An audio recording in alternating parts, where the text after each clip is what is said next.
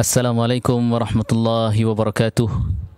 Salam sejahtera, salam warga UMT. Alhamdulillah, nahmaduhu wa nusalli wa nusallim ala rasulihil karim. Amma ba'd. Alhamdulillahilladzi hadana lihadza wa ma kunna linahtadiya laula an hadana Allah. Wa asyhadu an la ilaha illallah wahdahu la syarika lah.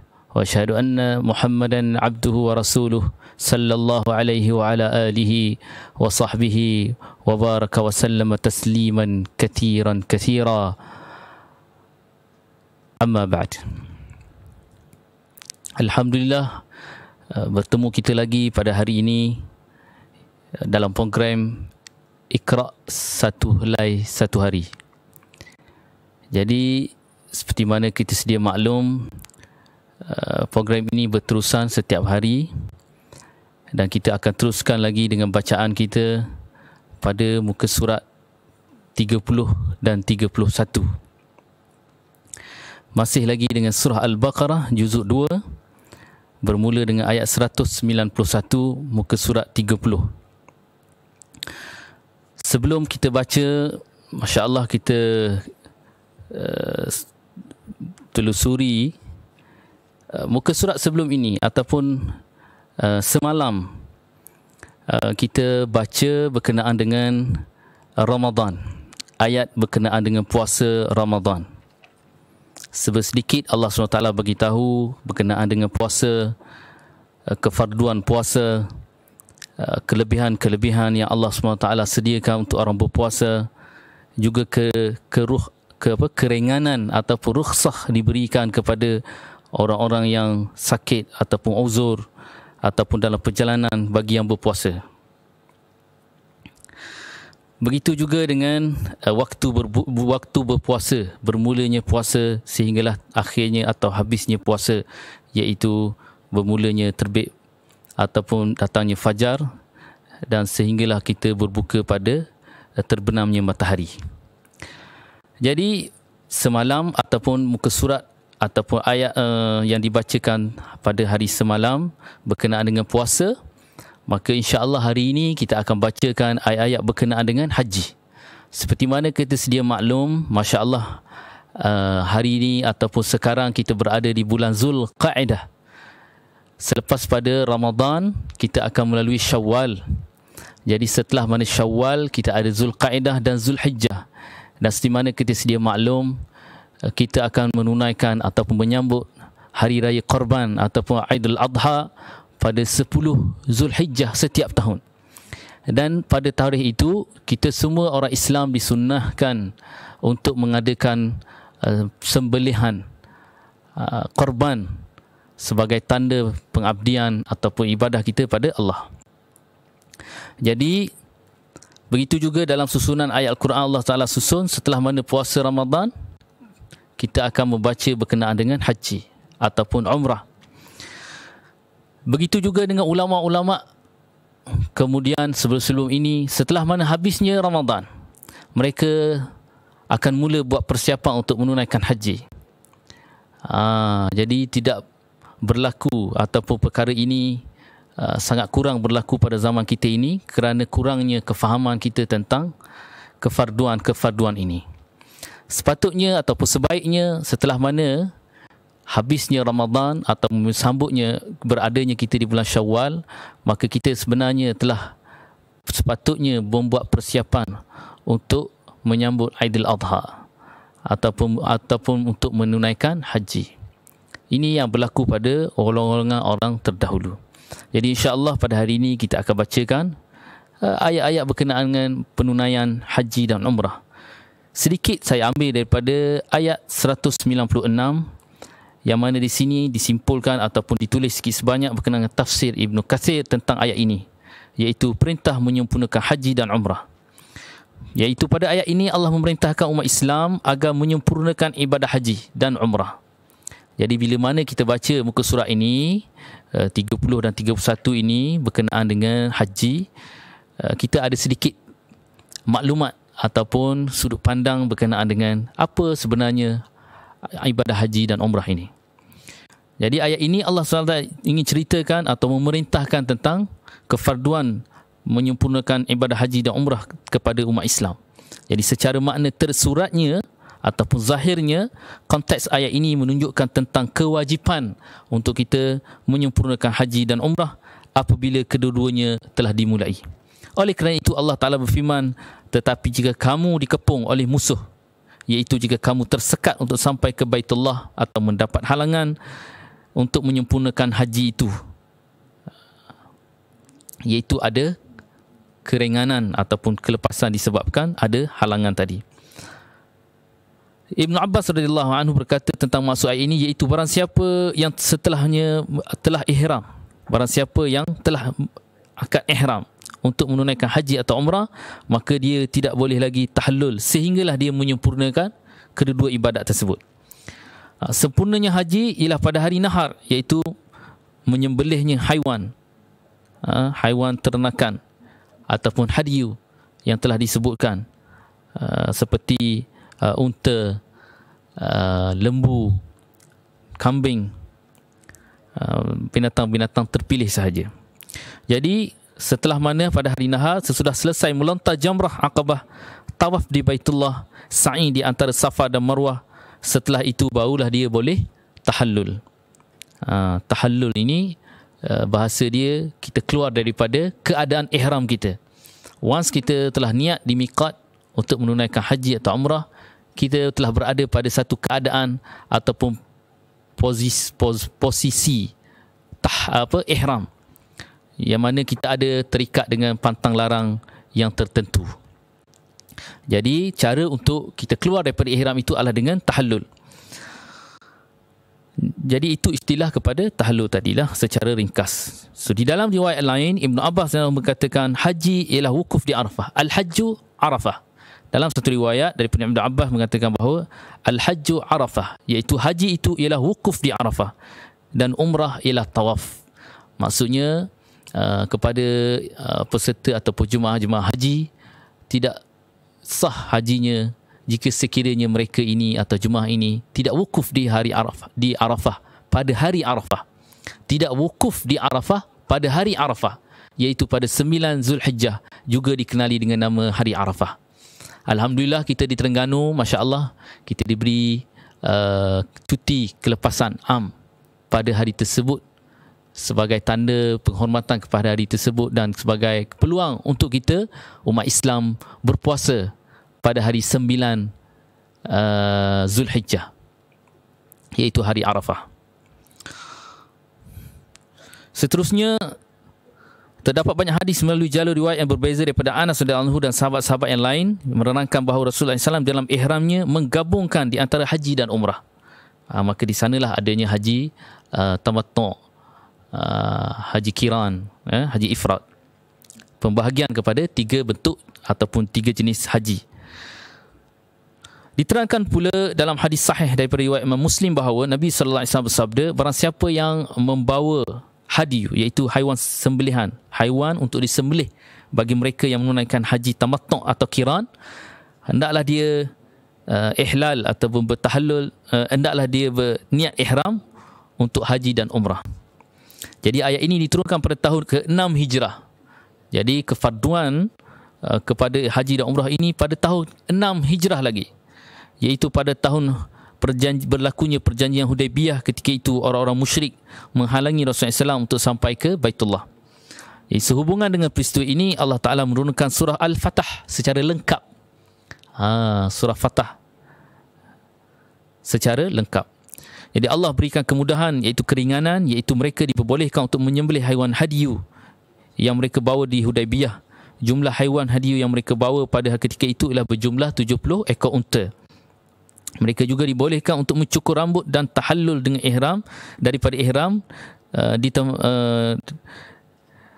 tahallul daripada ihram mereka di tempat itu. Namun mereka tidak mahu melaksanakannya kerana menunggu adanya nasakh, iaitu penghapusan hukum. Akhirnya Rasulullah SAW keluar daripada kemahnya lalu mencukur rambutnya sebagai tanda telah tahallul. Kemudian setelah itu orang-orang pun, iaitu sahabat-sahabat yang lain di Hudaibiyah ketika itu pun turut bertahallul dengan cara bercukur ataupun memotong sebahagian daripada rambut mereka. Di antara mereka ada yang mencukur habis rambutnya. Ini diceritakan, di antara mereka ini sahabat lah. sahabat yang mengikut Nabi untuk melaksanakan haji pada tahun 6 Hijrah tetapi tersekat di Hudaibiyah, dan di sana berlakunya perjanjian Hudaibiyah dan berlaku juga peristiwa-peristiwa besar ketika itu yang dikatakan sebagai bai'atul ridwan ataupun bai'atul syajarah, sumpah setia di bawah pokok ataupun sumpah setia yang diambil bai'at oleh sahabat kepada Nabi SAW. Jadi ada di kalangan mereka iaitu sahabat mencukur habis rambutnya, dan ada pula yang memendekkannya sahaja. Jadi tahallul ini adalah dalam keadaan dua bentuk, sama ada cukur terus, itu lebih baik, dan yang keduanya potong sebahagian daripada rambut. Oleh kerana itu Rasulullah SAW bersabda, semoga Allah beri rahmat kepada orang yang mencukur habis rambutnya. Dan mereka bertanya, bagaimana dengan yang memendekkannya rambut? Nabi kata, Allah Ta'ala beri rahmat pada orang yang cukur. Untuk tahallul ni guna kaedah bercukur. Tapi sahabat juga tanya, ada bagaimana pula dengan keadaan mereka yang hanya pendekkan sahaja ataupun potong sahaja? Maka baginda bersabda pada kali yang ketiga, demikian pula orang yang memendekkan rambutnya. Maksudnya 3 kali Nabi SAW bagi tahu Allah beri rahmat kepada orang yang cukur rambut. Yang keempat barulah kepada orang-orang yang memendekkan rambutnya. Jadi satu lagi berkenaan dengan hadis Nabawi yang disebut berkenaan dengan haji dan umrah ni, daripada riwayat Abu Hurairah radhiyallahu anhu bahawa Rasulullah SAW bersabda, dari satu umrah kepada umrah berikutnya menjadi penghapus dosa. Ini antara kelebihan umrah, antara satu umrah dengan umrah berikutnya, di antara umrah pertama dengan umrah kedua menjadi penghapus umrah kedua tadi itu, penghapus kepada dosa di antara kedua umrah tadi. Dan haji yang mabrur, tidak ada balasan yang layak bagi yang melaksanakannya kecuali mendapat syurga. Jadi kelebihan kepada yang memperolehi haji yang mabrur tidak lain dan tidak bukan ialah syurga. Hadis riwayat daripada Imam Al-Bukhari dalam Sahih Bukhari juzuk 1 nombor hadis 1773. Jadi dengan sedikit penerangan berkenaan dengan apa yang akan kita bacakan tadi, Masya Allah, mudah-mudahan kita semua akan dapat membaca dengan lebih baik pada muka surat 30 dan 31 ini berkenaan dengan ayat-ayat tentang melaksanakan haji dan umrah. Al-Fatihah. A'udzu billahi minasy syaithanir rajim. Bismillahirrahmanirrahim. Alhamdulillahi Rabbil Alamin. Ar-Rahmanir Rahim. Maliki Yawmiddin. Iyyaka na'budu wa iyyaka nasta'in. Ihdinas siratal mustaqim. صراط الذين أنعمت عليهم غير المغضوب عليهم ولا الضالين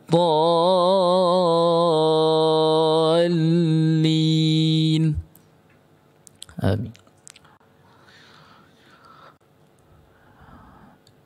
Diharap semua sidang penonton, hadirin hadirat muslimin muslimat, diharap muslimin muslimat dapat bersedia untuk kita sama-sama membaca pada muka surat 30 dan 31. وَاقْتُلُوهُمْ حَيْثُ ثَقِفْتُمُوهُمْ وَأَخْرِجُوهُمْ مِنْ حَيْثُ أَخْرَجُوكُمْ وَالْفِتْنَةُ أَشَدُّ مِنَ الْقَتْلِ ولا تقاتلوهم عند المسجد الحرام حتى يقاتلوكم فيه فإن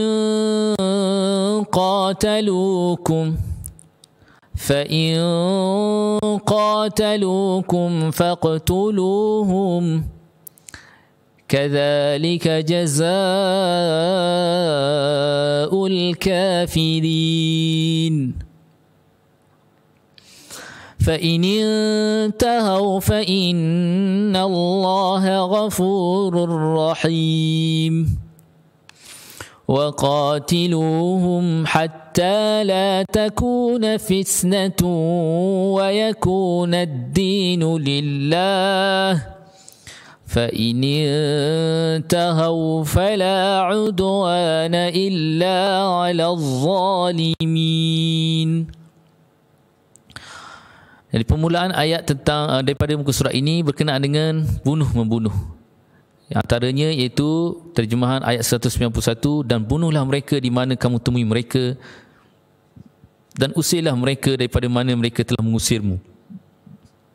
Jadi ayat ini ada hubung kait dengan ayat yang kita bacakan semalam. Sebab kalau kita terus baca pada ayat ini, menampakkan bahawa kita seolah-olah disuruh untuk membunuh. Tetapi sebenarnya sebelum itu ada syarat ataupun ada sebab kenapa ayat ini diterangkan. Jadi, dan bunuhlah mereka di mana kamu temui mereka, dan usirlah mereka daripada mana mereka telah mengusirmu. Dan fitnah, yang dimaksudkan fitnah di sini ialah menimbulkan kekacauan seperti menghalau sahabat daripada kampung halamannya, merampas harta, dan menyakiti atau mengganggu kebebasan seseorang dalam beragama. Jadi fitnah itu lebih kejam daripada membunuh. Kekacauan yang dibuat itu, yang ditimbulkan itu lebih kejam daripada membunuh. Dan janganlah kamu perangi mereka di Masjidil Haram kecuali jika mereka memerangimu di tempat itu. Jika mereka perangi kamu, maka perangilah mereka. Ini baru betul. Maka bertindak balas, melindungi diri ataupun bertindak balas setelah mana diserang itu disuruh dalam ayat ini. Jika mereka perangi kamu, maka barulah kamu perangi mereka. Demikianlah balasan bagi orang yang kafir. Tetapi jika mereka berhenti, maka sesungguhnya Allah Maha Pengampun lagi Maha Penyayang. Dan perangilah mereka, iaitu orang kafir itu, sehingga tiada lagi fitnah, dan agama hanya ada agama Allah sahaja yang ada. Jika mereka berhenti, maka tidak ada lagi permusuhan kecuali terhadap orang-orang yang zalim. الشهر الحرام بالشهر الحرام والحرمات قصاص فمن اعتدى عليكم فاعتدوا عليه بمثل ما اعتدى عليكم واتقوا الله واعلموا أن الله مع المتقين. Jadi bulan haram dengan bulan haram, bulan haram dengan bulan haram, iaitu jika umat Islam diserang di bulan haram. Bulan haram ni iaitu bulan Zulkaedah, Zulhijjah, Muharram dan Rajab. Jadi Zulkaedah, Zulhijjah, Muharram ni dia berturutan. Zulkaedah, Zulhijjah, Muharram. Jadi 3 bulan berturut ini dikenali sebagai bulan haram. Dan dia ada lagi satu sebelum Syaban dipanggil bulan Rajab, juga sebagai bulan haram untuk berperang. Jadi jika umat Islam diserang di bulan haram yang 4 bulan tadi itu, yang sebenarnya di bulan itu tidak boleh berperang, maka dibolehkan membalas serangan itu di bulan-bulan itu. Jadi asal tak boleh berperang, tapi jika berlaku serangan pada bulan haram terhadap orang Islam, jadi orang Islam boleh ambil tindak balas ataupun berlawan balik.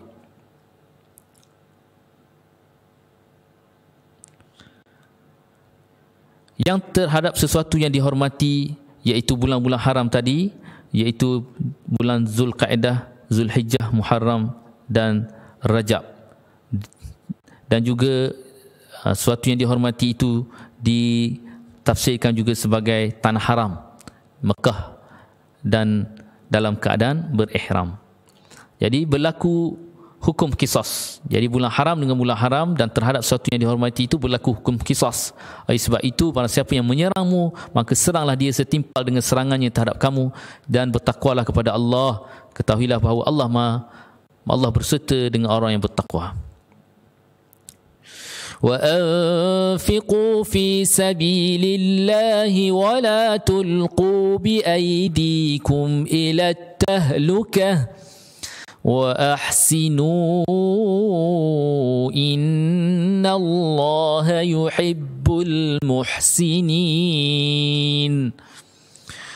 Dan dermakanlah atau infakkanlah sebahagian daripada hartamu itu jalan Allah, dan janganlah kamu sengaja mencampakkan diri kamu ke dalam kebinasaan dengan tangan sendiri, dan berbuat baiklah. Ada suruhan untuk kita berbuat baik dan sesungguhnya Allah menyukai orang-orang yang buat baik. Sekarang kita masuk ayat 196 berkenaan dengan haji dan umrah. Wa atimmul hajja wal umrata lillah fa in uhsirtum famastaysara minal hadi ولا تحلقوا رؤوسكم حتى يبلغ الهدي محله فمن كان منكم مريضا أو به أذى من رأسه فمن كان منكم مريضا أو به أذى من رأسه ففدية من صيام أو صدقة أو نسك فإذا أمنتم فمن تمتع بالعمرة إلى الحج فما استيسر من الهدي فمن لم يجد فصيام 3 أيام في الحج و7 إذا رجعتم تلك 10 كاملة ذلك لمن لم يكن أهله حاضر المسجد الحرام واتقوا الله واعلموا أن الله شديد العقاب. Dan sempurnakanlah ibadat haji dan umrah kerana Allah. Tetapi jika kamu dikepung oleh musuh, maka sembelihlah hadiyu, iaitu haiwan yang disembelih sebagai ganti dam, rukun wajib haji yang ditinggalkan kerana ada halangan tadi, atau sebagai denda kerana melanggar hal-hal yang terlarang mengerjakannya di dalam ibadat haji.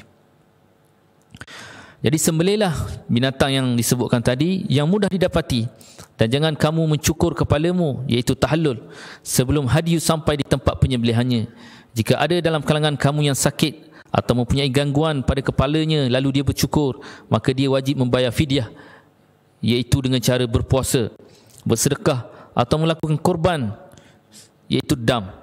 Apabila kamu dalam keadaan yang aman, maka barang siapa yang mengerjakan umrah sebelum haji, maka dia wajib menyembelih hadiyu yang mudah didapati. Tetapi jika dia tidak mendapatkannya, maka dia wajib berpuasa 3 hari dalam musim haji dan 7 hari setelah mana dia pulang ke kampung mereka, kampung halaman masing-masing. Jadi 3 hari ketika buat haji, 7 hari lagi ketika dia balik di kampung halaman masing-masing. Demikian itu bagi orang yang bukan penduduk Masjidil Haram. Ini bagi pada orang yang bukan penduduk mustautin di Masjidil Haram ataupun di Mekah.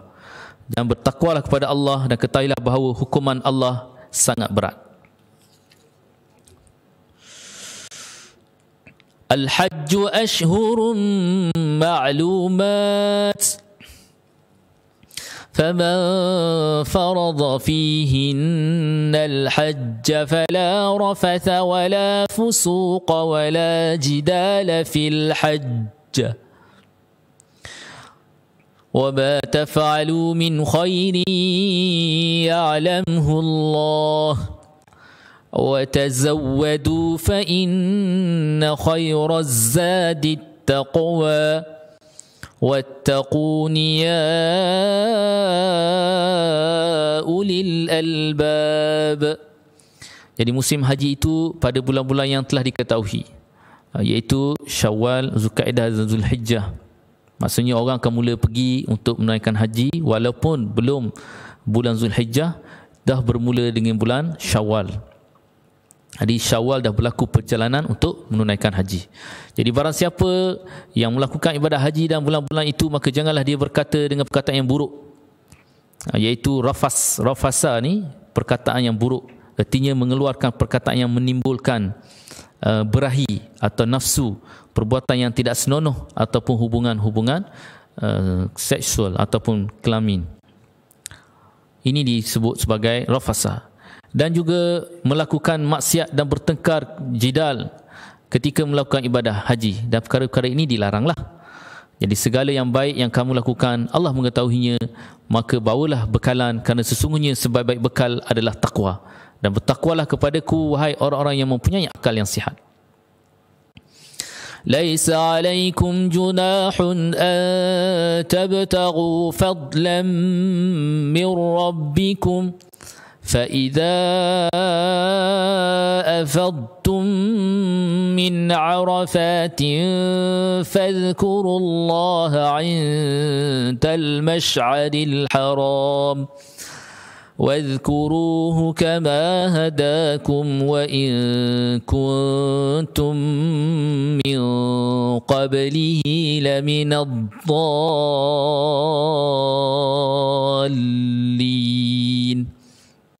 Dan bukanlah satu dosa bagimu mencari kurniaan daripada Tuhanmu, maka apabila kamu bertolak daripada Arafah, berzikirlah kepada Allah di Masy'aril Haram, dan berzikirlah kepadanya sebagaimana dia telah beri petunjuk padamu, walaupun sebelum itu kamu sebenar-benar termasuk di kalangan orang yang tidak tahu.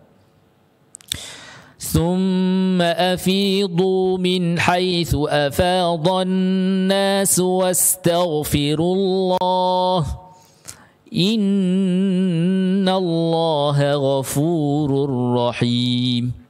Kemudian bertolaklah kamu daripada tempat yang banyak orang bertolak, iaitu daripada Arafah, dan mohonlah keampunan kepada Allah. Sesungguhnya Allah Maha Pengampun lagi Maha Penyayang.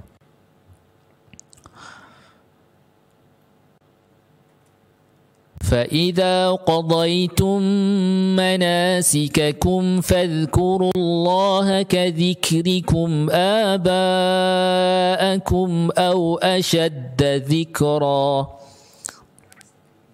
فَمِنَ النَّاسِ مَن يَقُولُ رَبَّنَا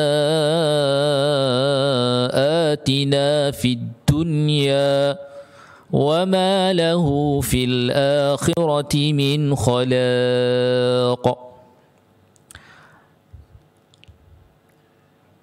Dan apabila kamu telah menyelesaikan ibadah haji, jadi ayat sebelum ini Allah Ta'ala ceritakan tentang manasik haji secara umum atau ringkas. Maka berzikirlah kepada Allah sebagaimana kamu menyebut ataupun kamu sebut nenek moyang kamu. Jadi kebiasaan orang jahiliah, setelah mana mereka menunaikan haji, Allah dengan mengagungkan kebesaran nenek moyang mereka. Ini satu ciri bagi orang Arab jahiliah pada ketika itu. Jadi kebiasaan orang jahiliah setelah mereka menunaikan haji. Jadi orang jahiliah dulu pun mereka menunaikan haji, tetapi haji mereka juga disebut sebagai haji jahiliah, kerana penunaian haji yang mereka buat itu telah tersasar jauh daripada syariat yang sebenar, juga lari ataupun tersasar daripada syariat yang telah dibawakan oleh Nabi Ibrahim AS. Walaupun mereka mendakwa sebahagiannya mendakwa sebagai pengikut Nabi Ibrahim. Jadi secara hakikatnya haji telah berlaku sebelum kedatangan Nabi SAW, tetapi haji tersebut berlaku dengan cara haji jahiliah. Jadi kebiasaan orang jahiliah, setelah mana mereka tunaikan haji secara jahiliah mereka sangat mengagungkan ataupun membesarkan kebesaran nenek moyang mereka. Jadi Allah Ta'ala sebut sebagaimana kamu dulu pernah selalu menyebut nenek moyang kamu, tetapi sekarang kami mahukan kamu agungkan atau sebut berzikir pada nama Allah sebanyak-banyaknya. Bahkan berzikirlah lebih daripada itu lagi. Itu kehendak daripada Allah Ta'ala. Maka ada di antara manusia yang berdoa, ya Tuhan kami, berilah kami kebaikan di dunia dan di akhirat dia tidak memperolehi apa-apa bahagian pun. Wa minhum man yaqulu rabbana atina fid dunya hasanah وفي الآخرة حسنة وقنا عذاب النار. Dan ada pula di antara mereka yang berdoa, ya Tuhan kami, berilah kami kebaikan di dunia dan kebaikan di akhirat, dan lindungilah kami daripada azab neraka. Ini satu bentuk doa, ayat 201 ini yang dianjurkan oleh Nabi SAW sendiri untuk kita sentiasa lazimi, untuk kita sentiasa baca doa ini sebagai permohonan kita pada Allah untuk kebaikan dunia dan akhirat. Ulaika lahum nasibum mimma kasabu wallahu sari'ul hisab. Mereka itulah yang peroleh kebahagiaan daripada apa yang telah mereka lakukan, dan Allah Maha cepat perhitungannya. Sadaqallahul azim. Alhamdulillahirabbil alamin. Allahumma salli ala Muhammad wa ala ali Muhammad. Allahumma anfa'na bima 'allamtana wa 'allimna ma yanfa'una wa zidna 'ilma walhamdulillahi ala kulli hal wa na'udzu billahi min hali ahli an-nar. Allahumma waffiqna lima tuhibbu wa tarda waj'al akhiratana khairan min al-ula. Radina billahi rabba wa bil islam dina wa bi Muhammadin nabiyyan wa rasula bi rahmatika ya arhamar rahimin walhamdulillahi rabbil alamin. Assalamualaikum warahmatullahi wabarakatuh.